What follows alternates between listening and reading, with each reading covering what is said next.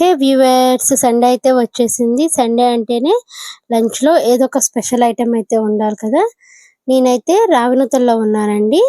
ఇంకా అక్కడ మాకైతే వీక్లీ వన్సే దొరుకుతుంది చికెన్.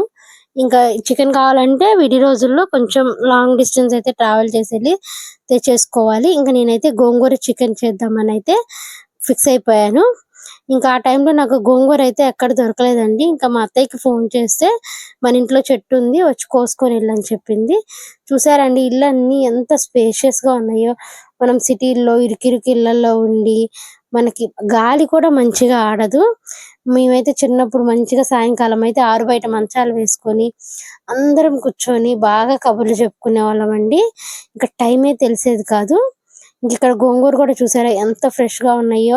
మనం ఏదైనా కర్రీ చేసుకోవాలనుకున్నప్పుడు అప్పటికప్పుడు చేసుకొని కోసుకున్న కూరగాయలు కానీ ఇలా ఆకుకూరలు కానీ టేస్ట్ అయితే చాలా బాగుంటదండి. ఇంకా ఇంటికైతే వచ్చేసాను గోంగూర కోసేసుకొని. మా హస్బెండ్ అయితే చికెన్ అయితే తీసుకొచ్చి ఇంట్లో పెట్టేశారండి. దాన్ని నీట్ గా అయితే వాష్ చేసుకున్నాను. నాకు కర్రీ చేయడానికి చాలా టైం ఉంది, అందుకని ఫస్ట్ అయితే చికెన్ పీసెస్ ని సాల్ట్ వాటర్ లో అయితే మ్యారినేట్ చేసుకుంటున్నాను.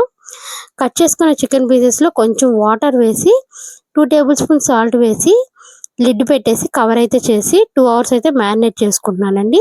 ఇలా చేసుకోవటం వల్ల చికెన్ పీసెస్ అనేవి చాలా జ్యూసీగా టెండరీగా ఉంటాయి. ఈ ప్రాసెస్ ఇంతవరకు ట్రై చేయని వాళ్ళు ఈసారి అయితే ఒకసారి ట్రై చేసి చూడండి. కర్రీ అనేది చాలా బాగా వస్తుంది. నెక్స్ట్ గోంగూర కూడా అండి నీట్ గా వాష్ చేసేసుకొని జల్లెడ గిన్నెలో వేసి పక్కనైతే ఉంచేసాను. తర్వాత ఒక కడాయి అయితే స్టవ్ మీద పెట్టేసుకొని 3 గంటలు ఆయిల్ అయితే వేసేసుకున్నానండి. అది కొంచెం కాగిన తర్వాత కొంచెం కరివేపాకు వేసి చిటపట్లాడిన తర్వాత 3 ఎండుమిర్చి అయితే వేసేసుకున్నాను. అవి కూడా వేగిన తర్వాత 2 ఆనియన్స్ 3 పచ్చిమిర్చి అయితే కట్ చేసుకున్నానండి. అవి కూడా వేసేసి ఈ ఆనియన్స్ అనేవి పచ్చివాసన పోయేంత వరకు వేపుకోవాలి. అందుకోసం నేను కొంచెం సాల్ట్ అయితే వేసుకుంటున్నాను.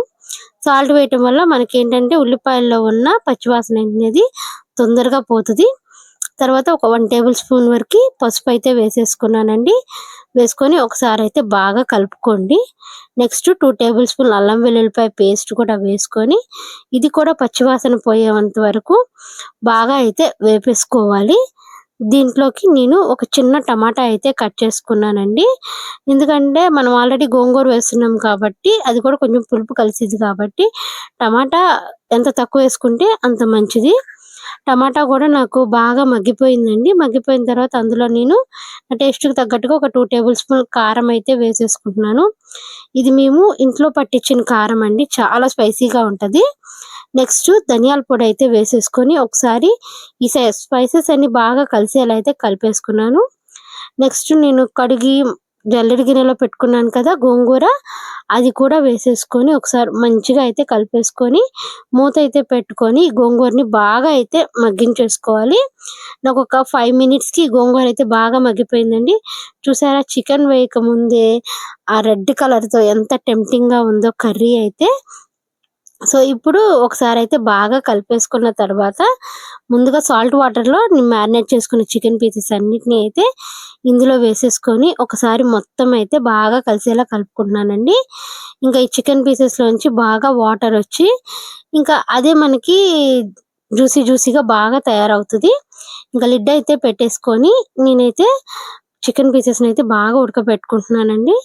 ఒక 10 మినిట్స్కి నాకు చికెన్ పీసెస్ అయితే బాగా ఉడికిపోయినాయి. అందులో నుంచి వాటర్ కూడా అయితే బాగా వచ్చేసినాయండి. సో ఇంకా నాకు ఏ లెవెల్కి వాటర్ ఉంది ఓకే అనుకున్నాను. ఇంకా అక్కడికి చూసుకొని నేనైతే స్టవ్ అయితే ఆఫ్ చేసేసుకున్నాను. అంతేనండి, మన గోంగూర చికెన్ కర్రీ అయితే రెడీ అయిపోయినట్లే. ఇంకా వేడి వేడి అన్నంలో చికెన్ కర్రీ వేసుకొని తింటే ఇంకా చెప్పనవసరం లేదండి. సో మీ అందరికీ నచ్చిందనే అనుకుంటున్నాను. నా కర్రీ నచ్చితే ఇంట్లో ట్రై చేసి ఎలా ఉందో నా కామెంట్ సెక్షన్లో కామెంట్ అయితే చేసేయండి. అలాగే నా ఛానల్ని సబ్స్క్రైబ్ చేసుకోండి.